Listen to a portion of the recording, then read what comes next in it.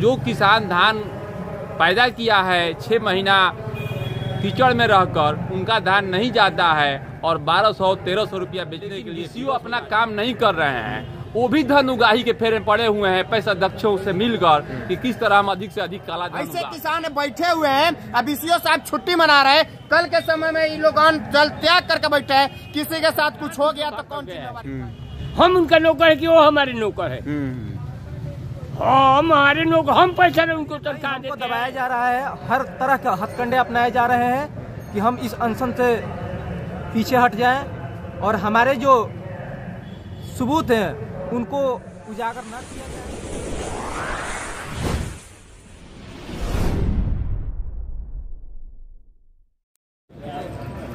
नमस्कार। कहा जाता है कि किसान है तो अन्नदाता है और किसान है तो आप हैं, हम हैं या कोई भी है। किसानों की लड़ाई दिल्ली में लड़ी गई, जब किसानों की लड़ाई दिल्ली में लड़ी गई 1 साल तक कंटिन्यू, तो कहीं ना कहीं मोदी सरकार झुकना पड़ा और किसानों की बात माननी पड़ी। बिल्कुल आज उसी संदर्भ में कहीं ना कहीं धान अधिप्राप्ति की बात चल रही है, पैक्स की बात चल रही है। और पीछे देखिएगा तो ये रघुनाथपुर प्रखंड है और सिवान जिला के अंतर्गत आता है, जो साफ आप तस्वीरों में देख सकते हैं। अब देखिए यहाँ पे एक टेंट लगा हुआ और ये टेंट कोई आयोजन का टेंट नहीं है और न किसी नेता नगरी का टेंट है।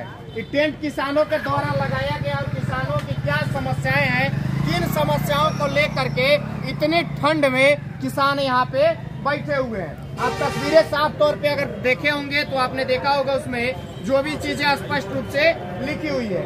अब यहाँ पे किसान लोग हैं जो कि बैठे हुए हैं, क्या इनका समस्या है, किन समस्या को लेकर के आखिरकार इतनी ठंड में इनको यहाँ पे बैठने की जरूरत पड़ी, जबकि आज के समय में हर कोई कहीं ना कहीं अपने घर में शिफ्ट हुआ है, कहीं ना कहीं सोया हुआ है, रात की ठंडी हो या फिर दिन की ठंडी हो। लेकिन यहाँ पे ये किसान लोग बैठे हुए पेपर ऊपर ले करके अपना पढ़ रहे हैं और क्या समस्या है, किन समस्याओं को लेकर के यहाँ पे ये लोग बैठे हुए हैं। एक चीज बताए तो यही किसान है जो कि किसानों की लड़ाई दिल्ली में लड़ी गई और किसानों की लड़ाई जब दिल्ली में लड़ेगी 1 साल कंटिन्यू हो, वो भी ठंड झेले, गर्मी झेले, बरसात झेले, लेकिन कंटिन्यू लगातार बैठे रहे। सिंघू बॉर्डर हो, तिगड़ी हो या फिर अन्य बॉर्डर हो, हर जगह बैठे और बैठकर कहीं ना कहीं आंदोलन किए, जो कि सरकार बहुत सारी हस्तक्षेप की, बहुत सारा उन पे कहीं ना कहीं आरोप लगा, किसान अफगानिस्तानी है तो ये है तो है 9/17 जो कुछ भी, और अंततः सरकार को कहीं ना कहीं झुकना पड़ा और इनकी बातें माननी पड़ी। लेकिन आज ये प्रखंड के प्रांगण में बैठे हुए हैं, क्या समस्याएं हैं सीधे तौर पे हम इनसे बात करेंगे और बात करके जानने का प्रयास करेंगे। हमारे साथ मृत्युंजय जी हैं जो कि जय किसान आंदोलन, आप साफ तौर पे देख सकते हैं बैच लगा हुआ है, बात करेंगे। और ये कहीं ना कहीं कहा जाता है उस समय भी, उस दौर में भी ये दिल्ली गए हुए थे, आंदोलन में शरीक हुए थे। क्या समस्या है मृत्युंजय जी? यहाँ पर मुख्य समस्या ये है कि जो सरकार पैक्स का निर्माण की है कि किसानों का धान उचित मूल्य पर लिया जा सके, फसल का उचित दाम मिल सके, लेकिन यहाँ पर नहीं हो रहा है। किसानों के नाम पर कुछ फर्जी किसान बना दिए गए हैं। फर्जी हम उसको बोलते हैं जो खेती नहीं करते हैं, जो बाहर में रहते हैं, उनका बैंकों में खाता है और उनके नाम पर गैर रैयत के नाम पर यानी बटेदार के नाम पर धान 90 क्विंटल 80 क्विंटल खरीद लिया जाता है और उसी से पैक्स अध्यक्ष वो अपने पैसे से धान खरीदते हैं और उनके नाम पर पैसा भेज देते हैं और पुनः पैसा उनसे वापस ले लेते हैं और इस तरह वो काला कमाई करते हैं। और जो किसान धान पैदा किया है 6 महीना कीचड़ में रहकर उनका धान नहीं जाता है और 1200-1300 रुपया बेचने के लिए विवश हो जाते हैं, इसी के खिलाफ हम लोग यहाँ पर अनशन पर, धरना पर बैठे हुए हैं ताकि किसान, जो वंचित किसान हैं, इस लाभ से उस लाभ उनको मिल सके। कहा जाता है कि किसानों के जो अभी के डेट में यानी कि धान अधिप्राप्ति की जो कीमत क्या लगी है सरकार की तरफ से? 2040 रुपया है सरकार की तरफ से। जी, कितने का रहा है? मार्केट में खरीदने वालों को 1200 में मिल जाए, 1300 में मिल जाए, 1400 में मिल जाए, जिस रेट में मिल जाए, कम रेट में मिल जाए, उसी रेट में खरीद लेते हैं। पैक्स अध्यक्ष कितने का ले रहे हैं? पैक्स अध्यक्ष सरकार का ये नियम है कि जो सरकार का MSP है उसी पर लेना है, लेकिन पैक्स अध्यक्ष जो वास्तविक किसान है उसे ले नहीं रहे हैं। वो तो बनियों से खरीद लेते हैं 1400-1500 रुपये का, और दूसरे के नाम पर धान दे देते हैं और पैसा फिर उनसे उठवा कर या चेक कटवा लेते हैं और ले लेते हैं। इससे जो वास्तविक किसान है, जो पैदा किया है, वो वंचित रह जाता है। मेरी लड़ाई ये है कि यदि समय से धान की खरीदारी की जाए और वास्तविक किसानों से धान लिया जाए, तो जो किसान जो खेतों में मेहनत कर रहे हैं, देश के लिए अन्न पैदा कर रहे हैं, उनको कुछ उचित मूल्य मिल जाए, जिससे उनका भरण पोषण हो। वैसे भी खेती में कुछ फायदा नहीं है, इसलिए खेती लोग छोड़ते जा रहा है। लेकिन जो अन्न भी पैदा करते हैं, इन लोगों के माध्यम से, बिचौलियों की वजह से उनको कीमत नहीं मिल पाता है। इससे वो हताश है, इसलिए वो संघर्ष करने के लिए विवश है। इसलिए यहाँ पर प्रखंड मुख्यालय रघुनाथपुर पर आकर धरना एवं अनशन दोनों एक साथ चला रहे हैं। अनशन की बात की जा रही है, लिखा हुआ है आमरण अनशन। मेरे समझ में जहाँ तक आता है, आमरण अनशन का मतलब अन्न जल त्याग करके बैठना। जी, ये लोग अन्न त्याग किए हैं। कल से 1 बजे से जो अनशन शुरू हुआ है, 2 आदमी, रत्नेश्वर सिंह जो सरपंच है निक्ति कला के, और दीपक सिंह जो उस पंचायत के नागरिक हैं, दोनों के द्वारा अनशन चालू है और हम लोगों के द्वारा धरना चालू है। ब्लॉक के कोई अधिकारी आप लोगों से मिलने आए? कल सीओ साहब आए थे और पूछे कि शाम के वक्त आप लोग क्यों बैठे हैं, हम लोग अपनी समस्या को रखे। उसके बाद उन्होंने बीसीओ को फोन किया। बीसीओ बोले कि हम तो छुट्टी पर हैं, कल आएंगे। लेकिन हम लोग देखते हैं कि क्या बीसीओ आते हैं कि नहीं आते हैं।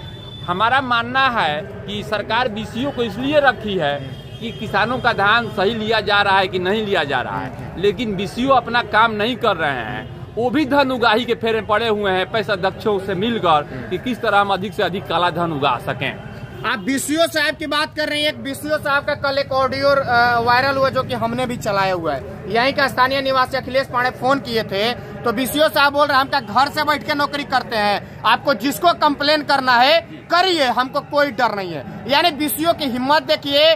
बीसीओ को कहीं ना कहीं यानी कि ऊपर से भी कहीं ना कहीं वो चीजें हैं जिससे बीसीओ इस प्रकार से, जबकि वो जिस मैडम की बात कर रहे थे वो मैडम कहीं ना कहीं कृषि विभाग में मुख्य सचिव है। यानी कि मुख्य सचिव से भी, मुख्य सचिव का मतलब होता है आईएएस, आईएएस से भी एक बीसीओ को डर नहीं है। जब आईएएस से डर नहीं है तो सोचिए इन किसानों से क्या डर होगा।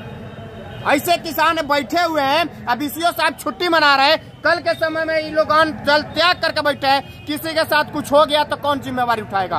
बीसीओ साहब जिम्मेवारी उठाएंगे? सरपंच साहब वो तो पहले कह रहे हैं जब मैं किसान हमको उनका धान नहीं लिया, रत्नेश्वर सिंह का धाने नहीं लिया जाएगा, वो किसाने नहीं। अरे बीसीओ बोल रहे हैं? जी बीसीओ बोल रहे हैं। अरे साबित किया जाए कि किसान है या नहीं। बीसीओ साहब सामने आकर के साबित। आपको बोल रहे हैं आप किसान नहीं है? अच्छा, अन्न जल त्याग करके बैठे हैं, ठंडा का मौसम है, कुछ हो हवा गया तो कुछ नहीं होगा।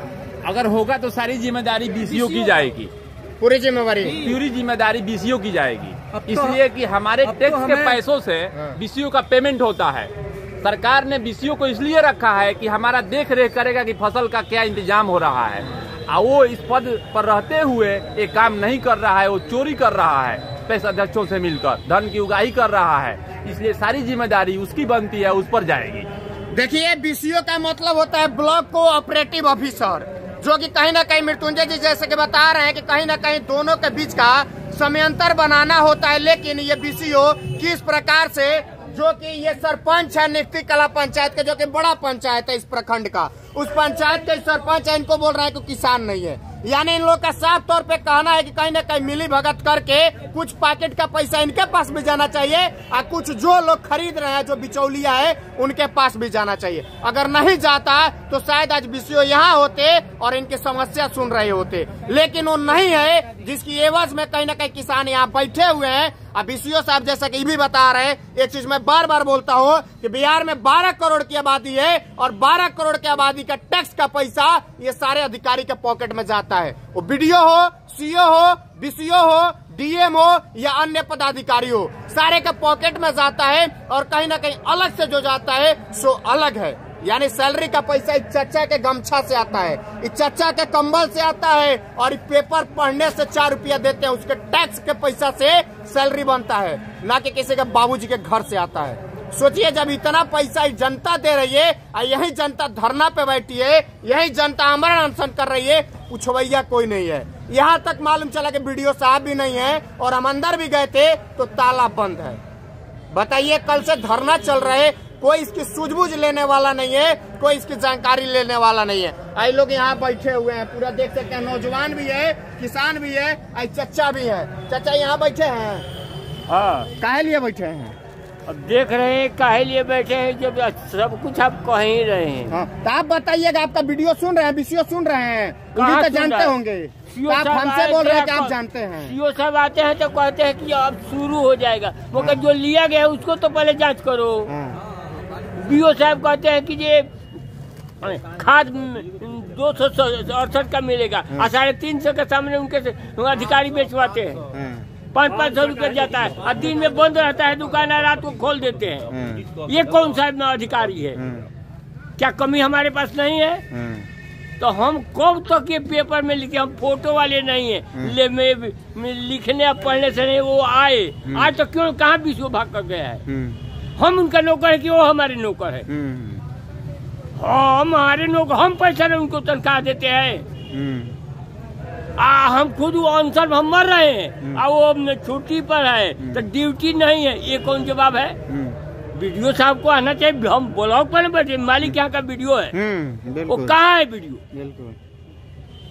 तो हम यही ना कहेंगे कि नीतीश आवे। जब बीसीओ भी डीसीओ भी नहीं आ रहा है, कोई भी सूझबूझ ले। ये लोग चुनाव आएगा, 4 म्यूनिसिपैलिटी का चुनाव है, तो सारे लोग हिंदुस्तान जिला भर के लगे हैं चुनाव गिनती करने में। पैक्स में वो क्या गिनना है?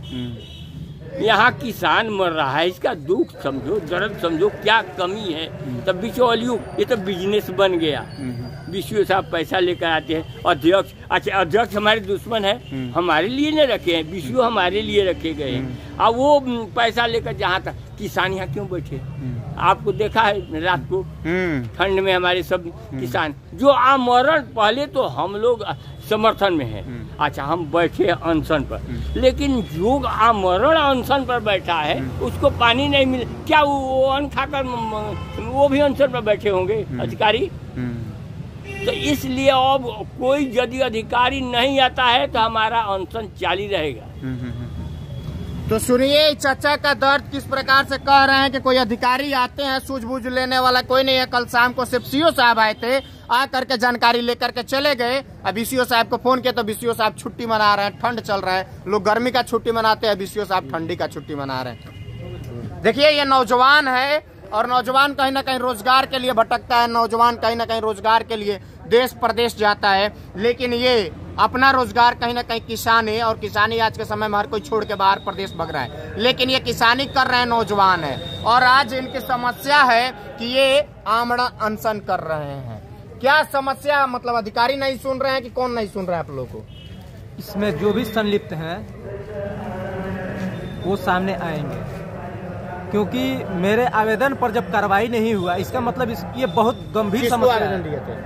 इसके संबंध में हम डीएम साहब को भी आवेदन दिए हैं, सहकारिता पदाधिकारी को, वीडियो साहब को और कृषि मंत्री को, सभी को हमने आवेदन लिखित रूप से, जो हमसे काफ़ी दूर है उनको हमने स्पीड पोस्ट किया है, जो नज़दीक है उनको हमने आवेदन दिया है और रिसीव भी करवाए हैं। तो कहीं ना कहीं हमको दबाया जा रहा है, हर तरह के हथकंडे अपनाए जा रहे हैं कि हम इस अनशन से पीछे हट जाएं और हमारे जो सबूत हैं उनको उजागर न किया जाए।